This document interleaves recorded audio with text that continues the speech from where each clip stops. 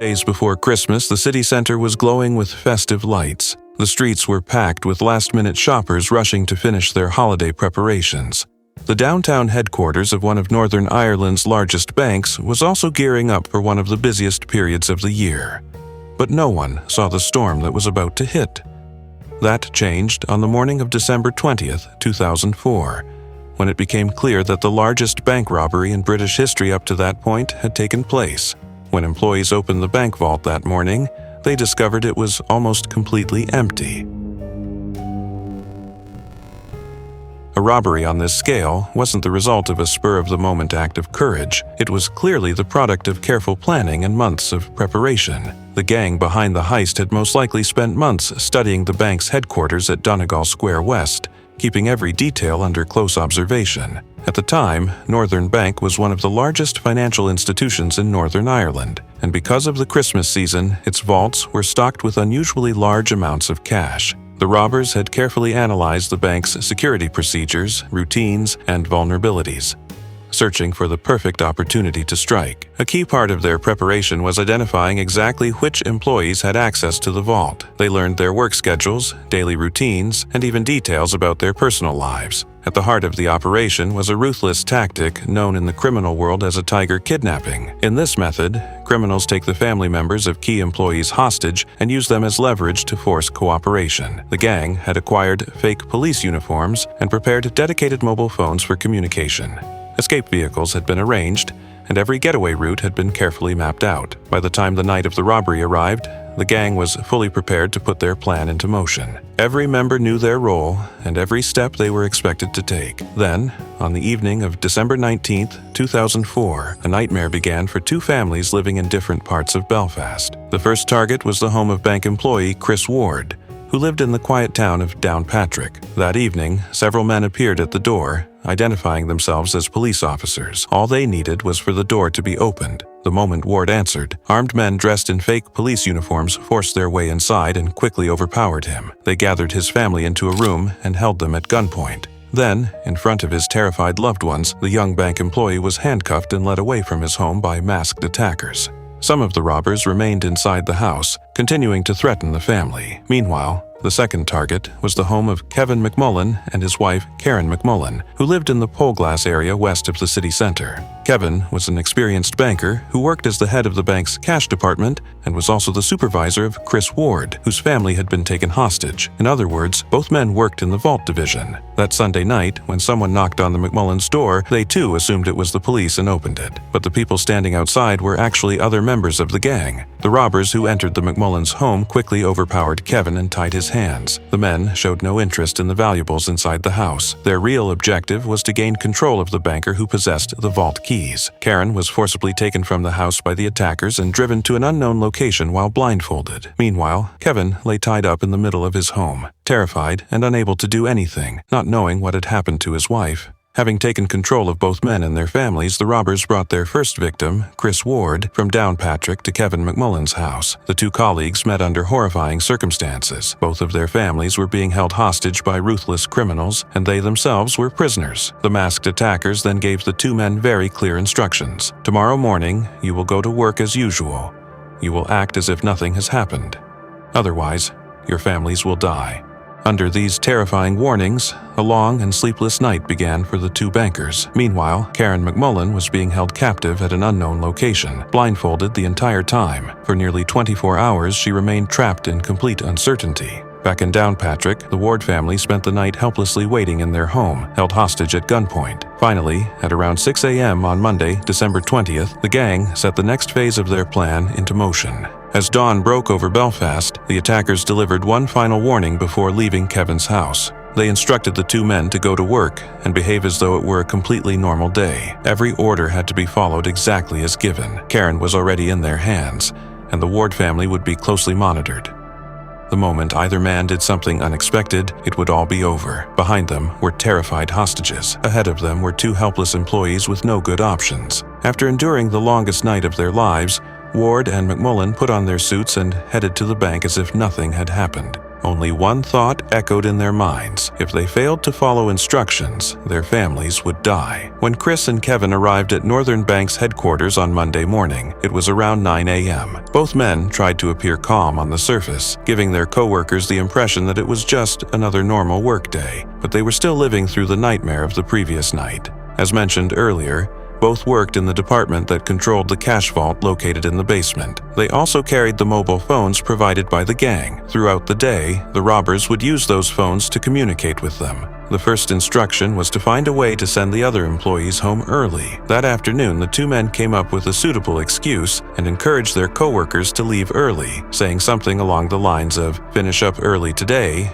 go home and start your holiday preparations. We'll take care of the rest." With Christmas week already creating a relaxed atmosphere, nobody found the suggestion unusual. The workday was nearly over anyway, and only routine tasks remained. By around 6 p.m., as the bank closed to customers, only Chris Ward, Kevin McMullen, and a few security guards remained inside. That was when the operation truly began. Before carrying out the main robbery, the gang planned a small test. Following instructions, Chris Ward left the bank shortly after the workday ended, carrying a sports bag filled with cash worth approximately £1 million. He walked quickly toward a dark alley beside the building, approached a robber waiting on the corner, handed over the bag containing roughly £1 million, about $2 million, and then returned. The entire exchange lasted only a few minutes, but for the gang, it was a crucial test. If police or security had become suspicious and intervened during this trial run, the entire plan would have been abandoned. Instead, Ward's brief departure and return attracted no attention at all. Everything was going according to plan. The gang was now ready to move forward with the real robbery. At around 7 p.m., the cash vault in the bank's basement was completely under the control of Ward and McMullen. Following instructions delivered over the phone, the two employees got to work. They began removing hundreds of thousands of banknotes from the vault and packing them into secure containers and crates. The bank stored cash collected from other branches throughout the region, as well as newly printed banknotes. As a result, there was a huge amount of money inside. Given the security procedures of the time and the fact that both employees were fully authorized, nothing appeared suspicious. Ward and McMullen placed the loaded containers onto wheeled carts so they could move them to the rear loading area where the bank's delivery vehicles normally arrived. Of course, they still had to avoid attracting the attention of the security guards. To do this, they covered the cash containers with old file boxes, stacks of paperwork, and a few office chairs, making it look as though they were preparing to throw out unwanted junk. That way, the security staff would assume a pre-holiday cleanup was taking place and would have no reason to be suspicious. At that moment, a crucial part of the plan came into play. A van pulled into the loading area behind the bank. The vehicle had been obtained by the gang and fitted with fake license plates for the operation. Ward and McMullen told security that the vehicle had arrived to collect trash, and the gate was opened. As a result, the robbers' van was able to enter the bank grounds without encountering any obstacles. All that remained was for the two employees to load the so-called trash into the vehicle. For 15 minutes straight, crate after crate filled with cash was carried into the van. During the first trip, 4 large cartloads of money were packed inside. Broken chairs and miscellaneous junk were placed alongside the cash to avoid drawing attention and to keep security from becoming suspicious. The robbers themselves stayed out of sight whenever possible. At around 7:15 p.m., the van left the bank carrying its first load. $20 million had quietly disappeared. As the driver accelerated away into the darkness, the gang instructed the two employees to prepare the remaining cash. There were still millions of pounds left inside the vault. Naturally, the robbers intended to take as much of it as possible. Ward and McMullen continued working, filling additional containers with cash and disguising them as trash. About 30 to 40 minutes later, the same white van returned to the rear entrance of the bank to collect another load. The scenario was exactly the same. The money would continue to be loaded until there was no room left inside the vehicle. Then, at around 8 p.m., when the van departed through the rear exit for the final time, it was over. That night, more than $50 million worth of cash vanished from Northern Bank in Belfast. One of the easiest bank robberies in history had been completed. Although the robbery appeared flawless, a small coincidence nearly ruined the entire plan. When the van returned for its second pickup,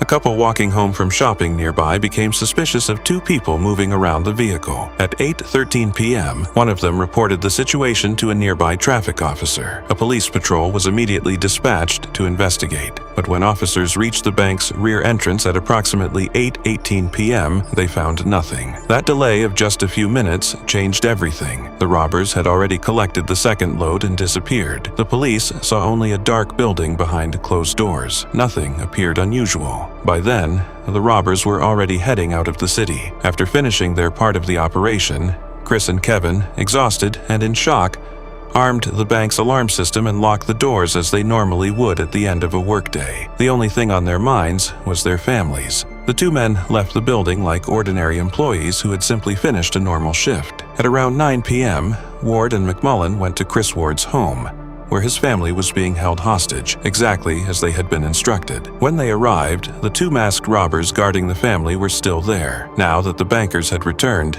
it meant the plan had succeeded. It was time for the gunmen to leave, but before doing so, they carefully cleaned the scene to ensure they left behind the smallest possible trace. They wiped down every surface they had touched. They removed any possible fingerprints and even took the teacups they had used with them. In other words, they were not going to leave behind any clues. But one way or another, the robbers eventually left the house and disappeared into the darkness. However, there was still a robbed bank and Kevin's kidnapped wife. It would take several more hours before Karen McMullen was released. Once everything had been secured for them, one of the gang members took Kevin's wife in her car to a remote wooded area. Then, around 11 p.m., the robber carrying out the instructions left the young woman alone in the forest, blindfolded, in freezing darkness, and drove away. The robbers also set Karen's car on fire near the wooded area, destroying any remaining evidence. Everything had been carried out meticulously, and unfortunately, that was the story. Karen removed her blindfold and made her way through the forest, shivering. When she spotted a few houses with lights on in the distance, she headed in that direction and sought help. In fact, she became the first person who had to report the massive robbery. She was immediately taken to a hospital.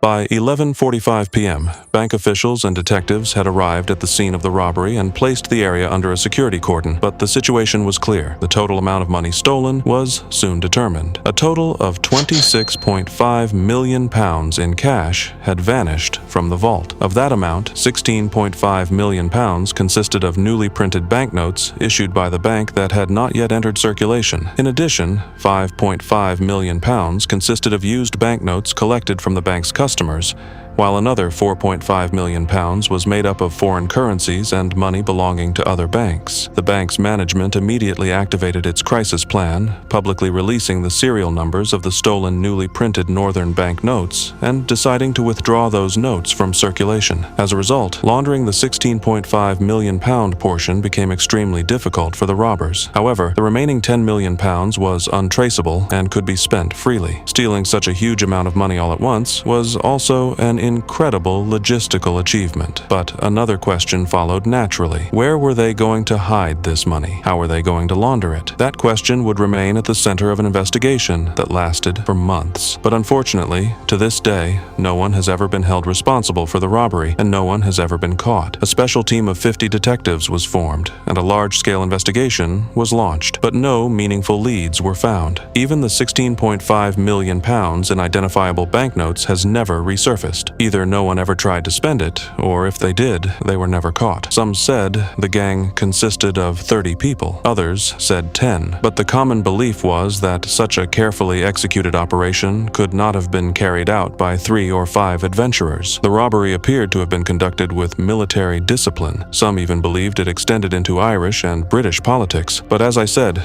no evidence was ever found and no arrests were ever made. A social facility in Belfast. But how had that money gotten there? Were police officers involved in the robbery? That was never solved either. One of the more intriguing aspects of the case was the arrest of victim employee Chris Ward 11 months after the robbery. The reason was that Ward had changed his work schedule a few days before the heist. According to the evidence, under normal circumstances, Chris was supposed to be off work on the day of the robbery. But a few days earlier, he had swapped his day off with a co-worker and decided to work on the day the robbery took place. As a result, this small detail, discovered 11 months later, led to his arrest and a detailed search of his home. A few days later, investigators concluded that it had been a coincidence, and he was released. Neither of the two victimized employees would be blamed, arrested, or punished. That's how absurd and unusual this robbery was. You can share your thoughts in the comments if you have any, but honestly, I couldn't make sense of it. We're talking about 2 vehicle loads of money. Money even turned up inside a police facility. Only a year later did investigators consider that an employee might have been involved. Politicians got involved. Political parties were blamed. It seemed that the police had not done a proper job, and so on. But more than $50 million disappeared in about an hour.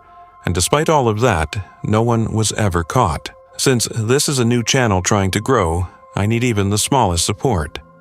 I'd really appreciate it if you subscribed and liked the video so I can continue creating more content for you.